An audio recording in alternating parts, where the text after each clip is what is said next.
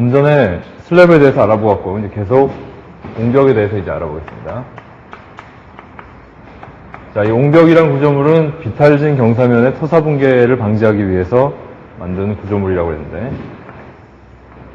토사면을 이렇게 절토를 하면 이 흙이 이렇게 직각을 유지하고 서 있지를 못하죠. 뭐 이렇게 무너지겠죠? 무너지는데 이 무너지는 걸 막기 위해서 여기다가 구조물을 설치를 하죠. 이 구조물이 옹벽이라는 거죠. 뭐 되게 이렇게 모양이 T형을 거꾸로 해놓은 이런 역T형 옹벽을 제일 많이 쓰죠.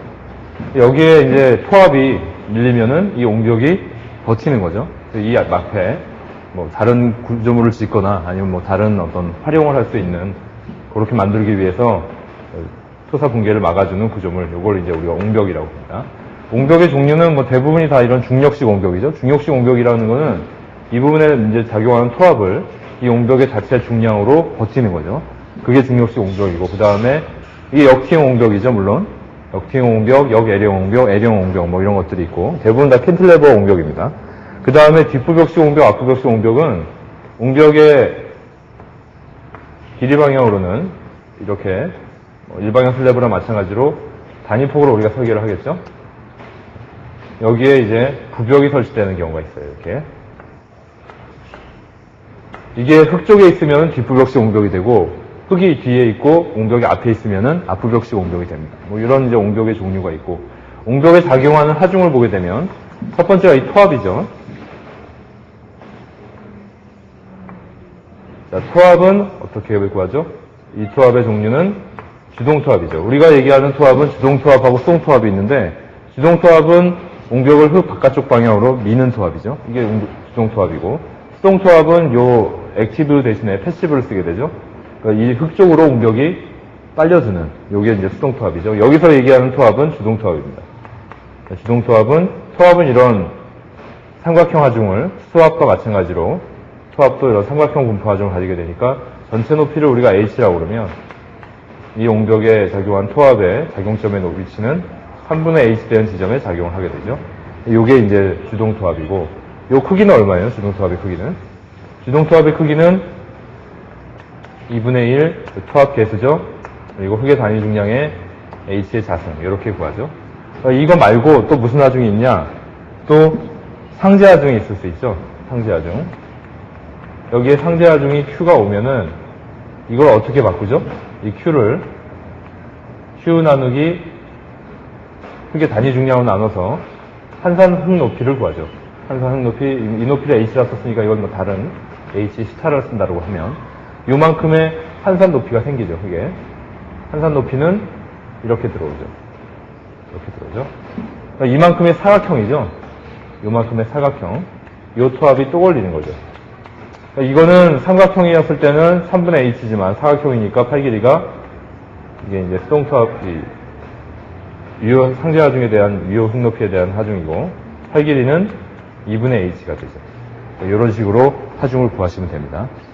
그 다음에 뒷장을 넘겨보시면 옹벽의 안정 조건에 대해서 쭉 나오죠. 옹벽의 안정 조건은 세 가지로 나옵니다. 첫 번째가 전도, 두 번째가 활동, 세 번째가 심화. 이렇게 세 가지 안정 조건에 대해서 한번 보겠습니다. 어떤 건지. 첫 번째 전도에 대해서 먼저 보죠. 오버터닝이라고 하는 이 전도는 옹벽을 말 그대로 전도시키는 거죠. 돌려버리는 겁니다, 옹벽을. 그런 거동이 어떤 거냐. 자, 이렇게 옹벽이 있고 뒤에 흙이 이렇게 존재를 하죠. 그럼 여기에 작용하는 하중은 이런 토합이 있다고 그랬죠. 그리고 상제 하중이 있는 경우는 이런 상제 하중에 하중이 또 걸리죠. 이제 각각 팔 길이가 3분의 H고 이거는 2분의 H가 되겠죠. 이 힘은 옹벽을 돌리려고 하는 거죠. 어느 방향으로 돌리려고 그래요? 반시계 방향으로 지금 옹벽을 넘어뜨리려고 그러죠. 그때 기준이 되는 점이 이 앞굽의 제일 밑에 부분, 여기가 앞굽 부분, 여기가 뒷굽 부분이죠. 이 앞굽의 제일 밑에 부분 A점이라고 하는 점을 기준으로 옹벽을 이렇게 돌리려고 하는 거죠. 이 힘이. 그걸 우리가 전도 모멘트라고 하죠. 전도 모멘트는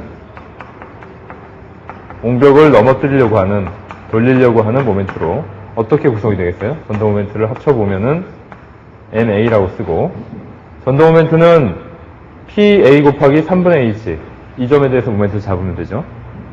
PA 곱하기 3분의 H. 그리고 상지하중이 있는 경우는 PH 곱하기 2분의 H. 요걸 해주면은 이 두 개의 힘이 옹벽을 A점을 기준으로 돌려버리려고 하는 전도 모멘트다라고 하는 거죠.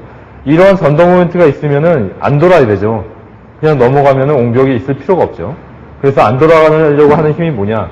첫 번째가 옹벽의 자중이죠. 옹벽의 자중이 이런 방향으로 W1. 그 다음에 또 뭐가 있느냐? 여기 요 부분이죠.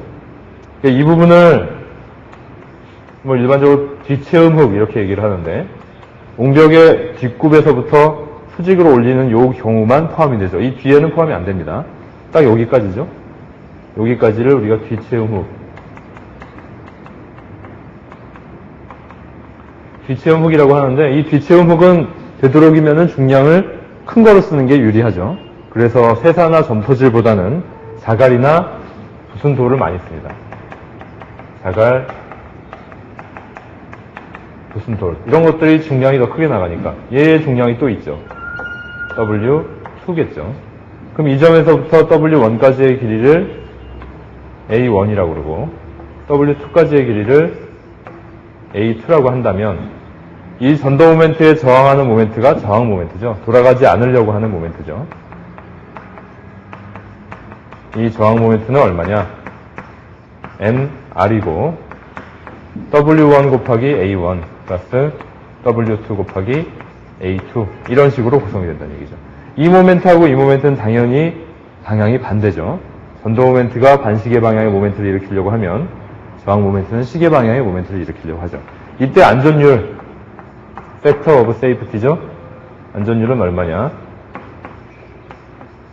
저항 모멘트를 전도 모멘트로 나눈 값이 얼마 이상이어야 되죠? 2.0 이상이어야 되죠. 2.0 이상. 자, 이 기준이 첫 번째입니다. 다시 얘기하면 저항 모멘트가 전도 모멘트보다 2배 이상 커야 된다는 조건이죠. 이게 이제 전도에 대한 첫 번째 체크 조건이고, 그 다음에 체크를 할 게 활동이죠. 이건 슬라이딩입니다. 자, 이거는 뭐냐면, 슬라이딩은 옹벽이 전도에 대해서 안전한데, 이쪽에서 그냥 이 토압에 의해서 돌아가는 건 안전하다는 얘기예요, 이제는. 근데 이렇게 밀려버릴 수가 있죠. 이 바닥이 미끄러운 바닥이다 그러면 돌아가지는 않는데, 이 토압에 의해서 이쪽으로 그냥 평행 이동을 해버린다는 얘기죠. 그게 이제 슬라이딩인데, 슬라이딩은 어떤 식으로 보시면 되냐면, 뭐 여러분들 이런 문제 많이 보실 겁니다. 아주 기초적인 역학 문제인데, 여기에 이제 질량이 M인 물체가 있는데, 여기에 힘을 F라는 힘을 줘서 이 물체를 움직이려고 해요. 그러면은 이 F가 얼마 이상이어야 되느냐, 뭐 이런 문제가 나오죠. 그때 주어져야 되는 값이 F라고 하는 마찰 계수가 주어지죠. 이 바닥의 종류에 따라서 마찰 계수는 틀려지죠. 뭐 유리 같은 걸 쓰게 되면 마찰 계수는 굉장히 작은 값이 나오겠고, 거친 면이라고 하면 마찰 계수가 큰 값이 나올 거예요. 그러면은 이때 이 F에 저항하는 힘이 뭐냐? mg. 여기에 작용하는 힘이죠. 이게 자중이죠. mg. 중력과 속도에다가 마찰 계수를 곱하겠죠. F를 곱해서. 이게 뭐보다 커야 돼요? 이게 F가 이거보다 크면은 이제 움직이기 시작하죠. 요런 내용을 똑같이 보시면 되죠. 여기 이제 옹벽이 있는데, 뭐 저 그림을 이제 또 그리게 되면은, 여기에 이제 이런 힘이 들어오죠. PA가 들어오죠. 물론 이제 상제하중은 없는 경우, 상제하중이 있는 경우는 뭐 이거에다 더하기만 하면 되니까, 그 경우에 여기 시그마 W라고 하는 옹벽의 자중하고 뒤치음흑의 중량까지 포함한 수직력이죠. 그리고 이 옹벽 저면에 마찰계수 F가 주어진다라고 하면 어떻게 구한다고 그랬어요? 이건 자중이니까 자체 무게죠. 자체 질량이 아니라 이건 무게입니다. 하중이죠. 곱하기 F를 PA로 나누면 되죠. 이게 안전율이죠. 이게 얼마 이상이어야 되죠? 활동에 대해서는 이게 1.5 이상이어야 되죠. 두 번째 안정조건입니다. 자, 다음 세 번째 안정조건은 심화가 있죠. 심화. 이제는 저 두 가지에 대해서 하고 또 다른 얘기인데, 심화는 이제 이게 이제 옹벽의 밑면의 중심이라고 해봅시다. 밑면의 중심이라는 얘기는 밑면의 면적이 이렇게 됐다라고 보는 거죠. 사실은 이쪽으로 굉장히 길죠. 무슨 얘기냐면 이쪽으로 이제 굉장히 긴데 아까 뭐라고 했냐면 단위폭으로 설계를 한다고 했죠. 그러니까 이 폭이 1m가 되는 거죠. 그러니까 이 길이를 L이라고 그러면 여기가 중심이 되는 거죠. 중심. 여기에 이제 뭐 어느 정도 편심돼서 이 옹벽의 중심하고 빛의 음흑의 자중까지 포함이 하면은 W가 이렇게 어느 정도 편심거리를 가지고 들어올 겁니다. 이렇게 들어오면 이제는 이 편심거리만큼의 이런 수직화 중에서 이 부분에, 이 옹벽 밑부분에 반력이 생기죠. 그 반력은 어떻게 구하죠? 그거를 우리가 Q1하고 Q2라고 하는데 여기 이제 반력이 얼마가 생길 거예요. 이런 식으로. 이 반력 중에 큰 값을 Q1, 뭐 상값을 Q2라고 그러면 이 값이 얼마보다 작아야 되죠? QA라고 하는 집안의 허용 지지력보다 작아야 되죠. 이 허용 지지력은 주어지는 값이죠. 집안의 종류에 따라 점성토냐, 사질토냐, 또는 뭐 안반층이냐에 따라서 허용 지지력이 다 틀려지죠. 여러분들이 뭐 토지 조사를 해가지고 주상도 그리고 뭐 N치 구하고 하는 게 전부 다 이거 구하려고 하는 거죠. 집안의 허용 지지력은 이건 주어지는 값이고, 이거는 이 수직력에 의해서 발생하는 응력이죠. 수직력에 의해서 발생하는 응력입니다. 이게 만약에 편심이 안 돼 있다라고 치면 Q1하고 Q2는 뭐 똑같은 값이 되겠죠. 편심이 안 돼 있다라고 치면. 편심이 안 돼 있으면은 A분의 P예요. 근데 어느 정도 편심거리가 있으니까 플러스 마이너스 I분의 MY. 우리가 기둥에서 약간 편심되는 하중이 이렇게 올렸었죠. 근데 이 M이 뭐란 얘기예요? 편심 모멘트니까 P2란 얘기죠. 기둥에서 구하는 건 똑같이 구하시면 돼요. 근데 옹벽의 면적이 얼마예요? 지금 밑변의 면적이. 이 면적은 L 곱하기 1이죠. 그러니까 그냥 L이 들어오죠. 그 다음에 여기서 하중이 P가 아니라 시그마 W란 얘기죠. 자, 그 다음에 플러스 마이너스 I. I가 뭐냐? 이 축에 대해서 여러분 단면이시 모멘트를 구해보면 12분의 1 곱하기 L의 3승이죠. 12분의 L 3승이 되죠. 그 다음에 P2가 아니라 시그마 W 곱하기 2가 될 거고, Y는 중립축으로부터 제일 먼 거리죠. 여기서는 이쪽 거리니까 2분의 Y가 되죠. 이거를 계산을 하면은 L분의 시그마 W 플러스 마이너스, 요거 계산하면 6분의 L자승인데 6이 위로 올라가죠. 그럼 L자승분의 6 시그마 W 2가 되고, 다시 계산을 하게 되면 L분의 시그마 W로 묶게 되면은 1 플러스 마이너스 L분의 6 2가 나오죠.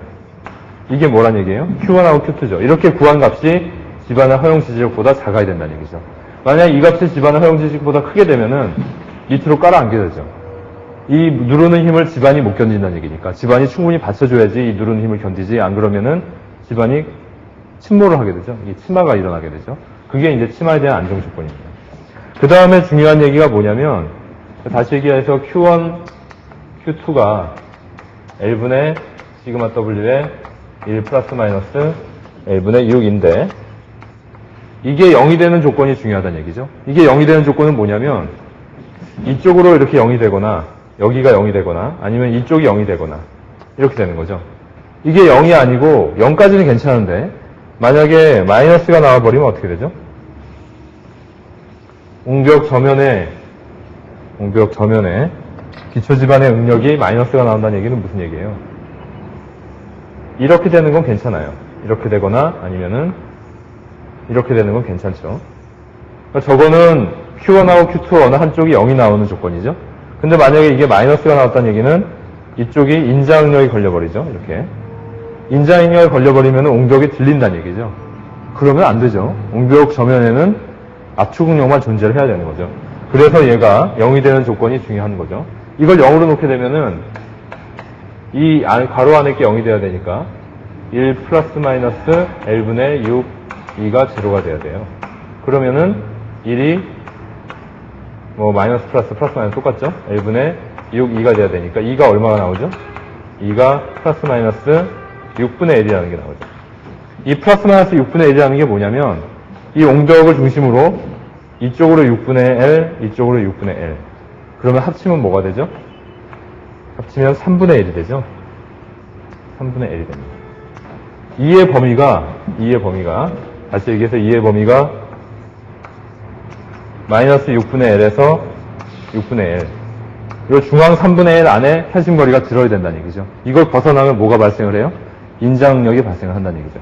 이 범위가 인자응력이 생기지 않게 하는 이 편심거리의 범위라는 거죠. 그래서 이 3분의 1인데 전체 길이 L의 3분의 1이긴 한데 이쪽 3분의 1도 아니고 이쪽 3분의 1도 아니죠. 중앙 3분의 1이죠. 그래서 이 중앙 3분의 1을 미들서드라고 부릅니다. 우리가. 요거까지 체크를 같이 해주셔야 됩니다. 요거까지. 이 미들서드 안에 들어와야지 뭐가? 이 편심거리가 이 미들서드 안에 들어와야지 벗어나면은 뭐가 생긴다고 그랬어요? 인자응력이 생긴다는 얘기죠. 그러니까 이 조건들이 전부 전도활동, 치마에 대한 옹벽의 안정조건 3가지 다 이제 살펴보았고, 마지막으로 보는 내용이 옹벽의 각 부분에, 각 부위에 대한 설계 방법. 여기 이제 표에 여러분들 책에 나와 있는데, 여기서 보셔야 될 거는 이렇게 슬래시로 표시를 해놨죠. 앞부벽식 옹벽의 앞부벽은 직사각형보로 설계를 하시면 되고, 뒷부벽식 옹벽의 뒷부벽은 T형보로 설계를 하시면 됩니다. 요거 2가지 보기가 문제에서 좀 많이 바꿔요. 2개 바꿔놓고 다음 중 옳은 것은 틀린 것은 할 때 많이 나오는 보기니까, 앞부벽식 옹벽의 앞부벽은 직사각형보, 뒷부벽식 옹벽의 뒷부벽은 T형보로 설계를 한다는 거 알아두시고, 자, 그러면 계속해서 확대 기초를 알아보겠습니다.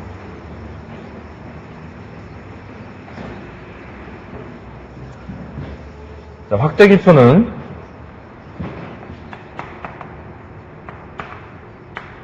상부 구조물의 하중을 집안에 분포시키기 위해서 기둥의 밑넓이를 확대시킨 구조물이라고 하는데, 상부 구조물로 이제 지탱하는 기둥이 있죠. 이 기둥을 그냥 집안 위에다 놓으면, 여러분 이거 말뚝박기 하는 거랑 똑같죠? 여기 P를 주면은 기둥이 툭 들어가겠죠. 그죠? 그냥 말뚝을 놓고 때려 박는 거랑 똑같아요. 이렇게 되면 안 되죠. 기둥을 놓고 그냥 하중을 줬더니 기둥이 푹 빠졌다. 그 얘기는 이 하중을 이 집안이 못 견뎠다는 얘기죠. 이 집안의 허용 지지력이 A분의 P보다 작다는 얘기죠. 그렇게 되면 어떻게 돼요? 그러면 기둥이 안으로 침하가 일어나게 되죠. 그러면은 이 위에 있는 상부 구조물도 같이 침하를 일어나게 되니까 이러면 안 된다는 얘기죠. 이렇게 안 일어나게 만들려고 이게 기초 집안이면 이제는 이렇게 만들어주는 거죠. 밑넓이를 이렇게 만들어주면은 밑넓이가 넓어졌잖아요. 여기가 넓어지면은 이 밑에 발생하는 응력이 Q가 A분의 P죠. A분의 P. 그러면 이게 반력이 나오죠. 여기에 응력이 나오죠. 이렇게. 이게 어떻게 된다는 얘기예요? 이게 이제는 기초 집안의 허용 지지력 이하가 돼야 된다는 얘기죠. QA. 이렇게 돼야지 안정 조건이죠. 이 식이 여러분들 책에 나와 있는 식이죠. 이 식입니다. 옹벽의 확대 기초의 종류는 이런 모양, 기둥 하나에 밑넓이 하나, 이런 게 독립 확대 기초입니다. 지금 여러분들이 이거 보시는 게 독립 확대 기초고, 이런 독립 확대 기초 말고도 연결 확대 기초, 전면 확대 기초, 벽 확대 기초 여러 가지가 있습니다만, 독립 확대 기초가 제일 중요하죠. 여러분들 이제 문제에 나오는 이 제일 중요한 내용은 이 독립 확대 기초입니다. 그 공식 중에서 첫 번째 공식이 이거죠. 이건 뭐냐? 밑넓이가 어느 정도 돼야 되느냐 얘기죠. 이 상부로부터 들어오는 하중을 집안에 안전하게 분포를 시키려면 집안에 허용 지지력이 주어지겠죠? 이건 주어지는 값이라고 했습니다. 이게 주어지면 하중도 주어집니다. 그러면 밑넓이가 얼마가 돼야 되느냐? 이런 식으로 계산한다는 얘기죠. 이 반력이 요거 이상 되면 안 되죠. 이하가 돼야 되죠. 그래서 이 식을 여러분들 책에는 바꿔놨죠. 이렇게. 똑같은 식입니다. 그래서 A가 이 값 이상이어야 된다는 얘기죠. 이 식이. 이 문제가 가장 출제가 많이 되는 문제예요. 옹벽에서는 요 밑넓이를 구해라 하는 거죠. 자, 그 다음에 위험 단면 설계를 보시게 되면은 휨 모멘트에 대한 위험 단면이 있고 전단력에 대한 위험 단면이 있습니다. 두 가지를 이제 차례로 살펴보도록 하죠. 휨 모멘트에 대한 위험 단면은 캔틸레버 보로 설계를 합니다. 옹벽을 캔틸레버 보로 설계를 한다는 얘기는 뭐냐면 요 윗부분은 어차피 기둥이죠.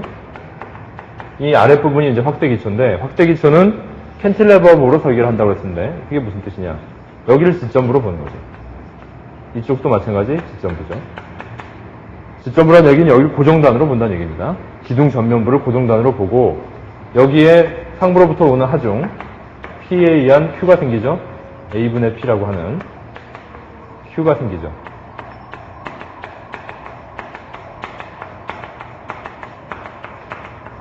그러면은 이쪽 부분하고 이쪽 부분이 날개 부분이 캔틸레버처럼 생겼다고 해서 우리가 캔틸레버 보러 본다는 얘기예요. 따로 떼서 보자는 얘기죠.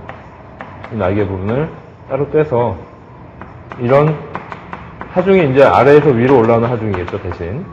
Q라고 하는 하중이 올라오는 이런 캔틸레버 보러 해석을 하자는 얘기예요. 그러면 휙 모멘트가 제일 많이 걸리는 단면이 어디냐? 당연히 이 지점부죠. 여기서의 발력 모멘트가 제일 많이 걸리잖아요. 모멘트의 방향은 어떻게 나와요? 이렇게 나와야 되니까 모멘트, 발력은 이런 모멘트가 나오죠. 이 모멘트가 가장 크게 걸리죠. 그래서 이 모멘트가 발생하는 지점이 휙 모멘트에 대한 위험 단면이다라고 그러고 기둥의 전면부란 얘기죠. 여기죠, 여기. 그래서 위에서 보게 되면은 휙 모멘트에 대한 위험 단면은 여기 이제 가운데 기둥이 들어오죠. 이 부분이죠. 이 부분. 그리고 또 이 부분이죠. 짧은 쪽에서 봤으면 이 부분하고 이 부분, 긴변 쪽에서 보면은 이 부분하고 이 부분이죠. 두 개 다 볼 수 있는 거죠. 그러니까 요렇게 지금 점선으로 표시된, 여러분들 책에 점선으로 표시된, 저게 실선으로 표시된 요 점이 휙 모멘트에 대한 위험 단면이 됩니다. 그러니까 직사각형 기둥에서는 그렇고, 원형 단면 기둥에서는 원형 단면 기둥을 이런 직사각형 단면 기둥으로 같은 면적을 갖는 이런 정사각형 기둥으로 치환을 해준 다음에 여러분들이 똑같이 구하시면 됩니다. 자, 그러면 이제 위험 단면에 대해서 한번 보자. 얼마가 될지 한번 구해보자는 얘기인데, 뭐 식 자체가 필요가 없죠. 그냥 캔틸레버 보러 여러분들이 보시면 되니까 짧은 변의 길이를 S라고 그러고 긴 변의 길이를 L이라고 그러고 그 다음에 이 기둥의 두께를 T, 여기 보의 위호 높이, 확대기초의 위호 높이를 D라고 그러면 첫 번째 AA 단면이 여기죠. BB 단면이 여기입니다. 자, AA 단면부터 먼저 보게 되면 AA 단면이라는 얘기는 요 모멘트를 구해라는 얘기죠. 요 모멘트를. 그럼 아까 그렸듯이 따로 이제 떼가지고 그려보면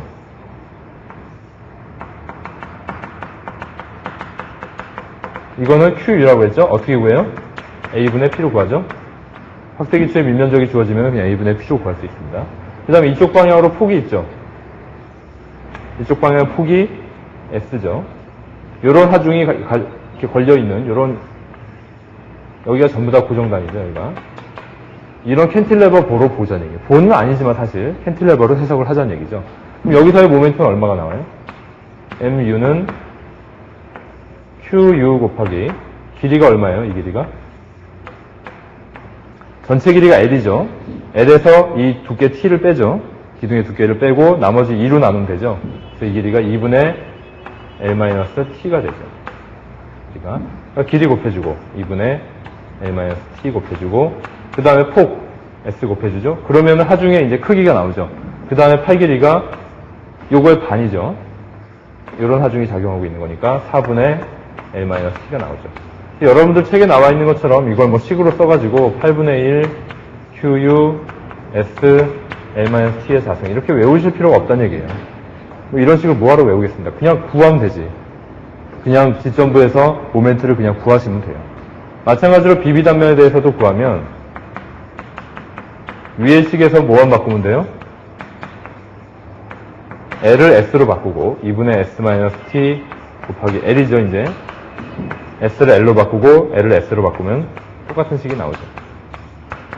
8분의 1 QU 이번에는 L S-T의 자승 이런 식이 나오죠. 그러니까 이거 두 가지 식 다 외우실 필요 없습니다. 그냥 구하시면 돼요. 이렇게 그냥 여러분들 확대기초가 주어지면 요 길이 구하고 폭만 알면 되니까. 그 다음에 이거는 A분의 P로 구한 다음에 그냥 모멘트, 여기서의 발력 모멘트 구하시면 됩니다. 뭐 그걸 구할 줄 모르는 사람들은 공식을 외워야 되겠지만 뭐 모르는 사람은 없겠죠. 그 다음에 전단에 대한 위험 단면. 우리가 슬래브에서 일방향 슬래브하고 이방향 슬래브하고 전단에 대한 위험 단면이 틀리죠.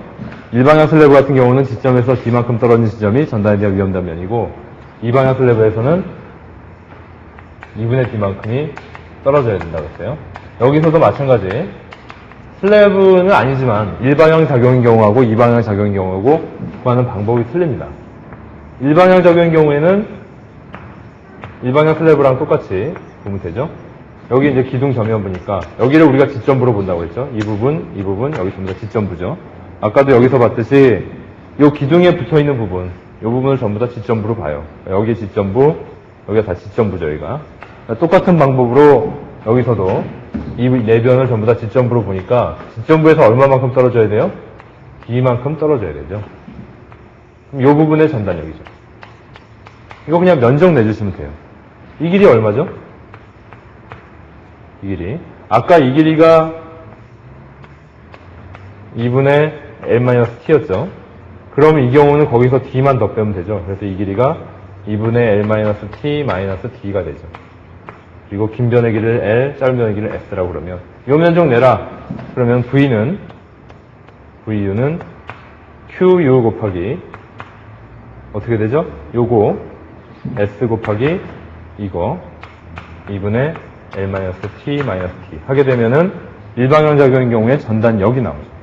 뭐 이거는 쉽죠. 쉽습니다. 그냥 면적만 쭉 구하시면 되고.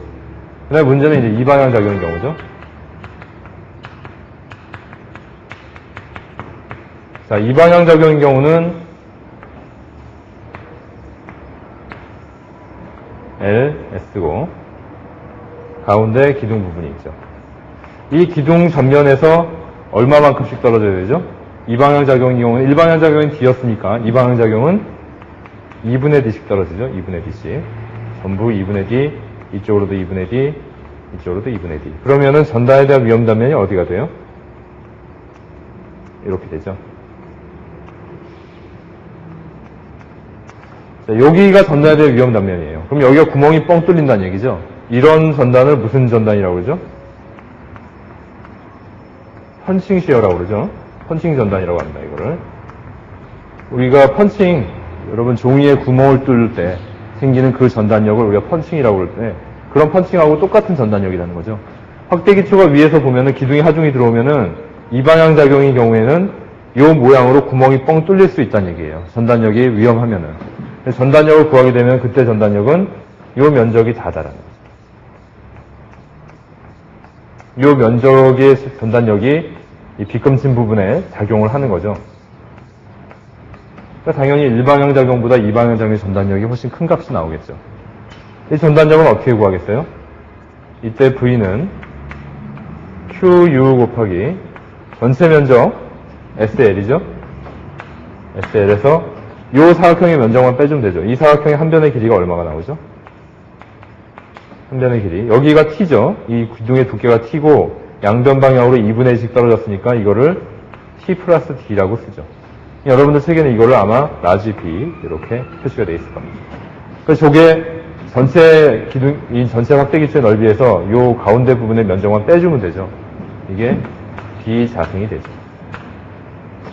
자, 뭐 이 공식의 유도는 어렵지 않은데 문제는 이 전단력을 구하는 것까지는 뭐 아무런 문제가 없습니다. 그냥 이런 식으로 쭉 구하면 되는데 여기서 전단 응력을 구해라 라고 하면 어떻게 구할 거냐는 얘기죠. 전단 응력은 A분의 VU죠. 이 전단력을 단면적으로 나눠주면 되는데 이 단면적은 무슨 단면적이냐는 얘기예요. 이 전체 단면적이에요? 아니죠. 이거는 분명히 SL은 아닙니다. 그러면 이 면적은 어떤 면적이겠어요? 전단력이 작용하는 면적인데 전단력이 지금 작용하는 면적이 여기죠. 길이는 이런 길이로 작용을 하고 이렇게 구멍이 뻥 뚫린다고 그랬죠. 그리고 두께로 보게 되면은 이 기둥이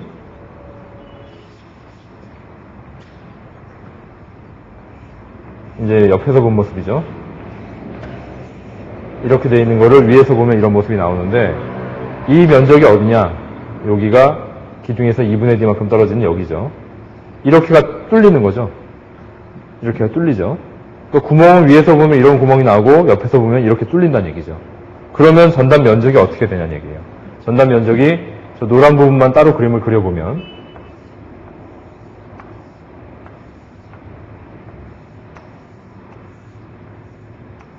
여기가 된다는 얘기죠. 그 다음에 각 면의 바깥쪽, 이쪽도 있죠? 이쪽도 있죠, 또. 각 면의 둘레. 거기 부분이 전단에 의해서 뻥 뚫린다는 얘기죠. 원래 이 모양은 전체 모양이 이렇게 있고 전체 확대 기초의 모양이 이렇게 있고 그림을 잘못 그렸네요. 전투각제기초의 모양 중에서 이 가운데 모양만이 이렇게 뻥 뚫린다는 얘기죠. 왜? 여기 기둥이 들어오니까 이 가운데 모양만큼이 뻥 뚫리죠. 이 전단이 작용하는 면적은 그래서 이 안에 있는 이 네 면이 되죠. 그럼 이 두께가 얼마예요? 뭐 이 두께랑 똑같겠죠. B죠. 그리고 변의 길이는 하나, 둘, 셋, 넷. 4B가 되죠. 그래서 면적을 구하게 되면은 4B 곱하기 B가 된다라는 거죠. 이 면적을 구할 수 있느냐 없느냐. 이게 중요하죠. 이 면적은 분명히 SL은 아니고 펀칭 전단이 일어나는 전단면은 이 사각형의 둘레란 얘기죠. 그 사각형의 한 변의 길이가 B, 이 4개가 있죠. 4B. 두께는 D라는 거죠. 이 내용까지가 7장의 내용이 되겠습니다.